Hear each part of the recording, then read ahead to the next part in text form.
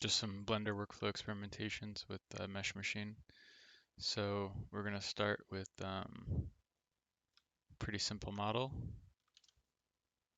So just kind of working off like a relatively easy model, easy to edit model. And then we're going to use creases on here with subdivision first. And so we're going to kind of start seeing how the model's going. And then after that, we're going to do a bevel to get these edges soft. And the intensity of the bevel can be chosen through the bevel edge. So you can make them a little bit wider if need be. Then after that, we're going to do a mirror. And then we're going to do another subdivision. Although we probably should put the mirror first and then the subdivision at the end. And so looking at the wireframe, this would be our high poly. So once we're kind of committed to this, we can Shift D, escape, make sure it's not linked. And then we want to apply all these modifiers. Then we can go into the plug libraries with Mesh Machine.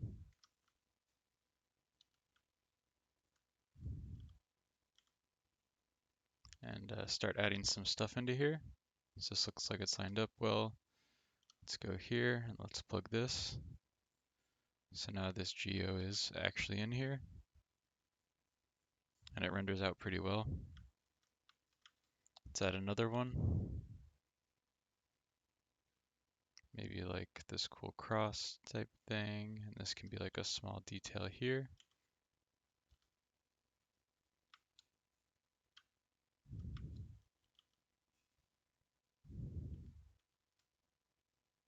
Add that there.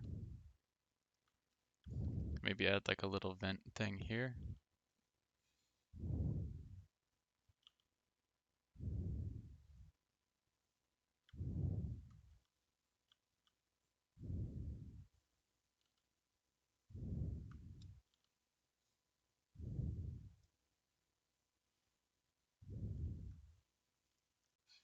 So overall, this seems to be a fairly simple way to add detail. Once a model is, kind of the base shapes are done.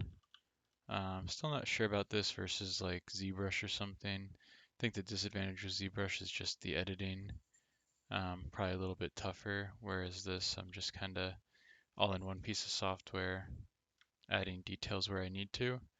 And these are details that can all be baked down too, which is really nice right in there.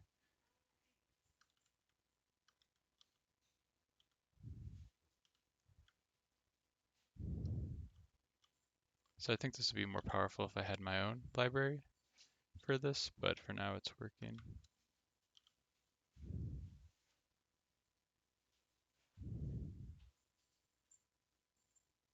And then the cool part is after we're done,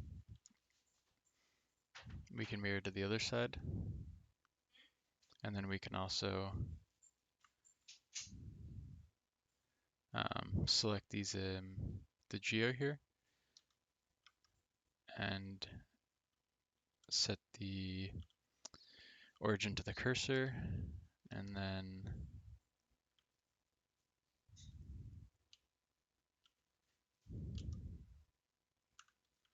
we probably need to apply rotation and scale.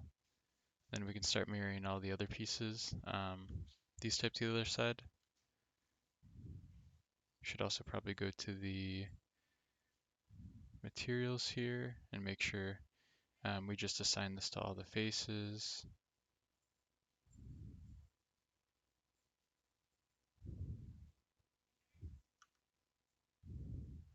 And yeah, that would be overall workflow. It seems to work pretty well as a way to add some detail easily, but I'm curious how it'll work on the larger model and when I'm not just kind of constrained to this type of stuff. As a note, I will say it doesn't work great on like these hard edges. So I'm just gonna show us to break it real quick. But yeah, it doesn't work fantastic when you're like wrapping around stuff like this. So if you have these type of shapes, these are probably better modeled in. But I think anything with like a subtly curved surface or something like this is great to add detail with.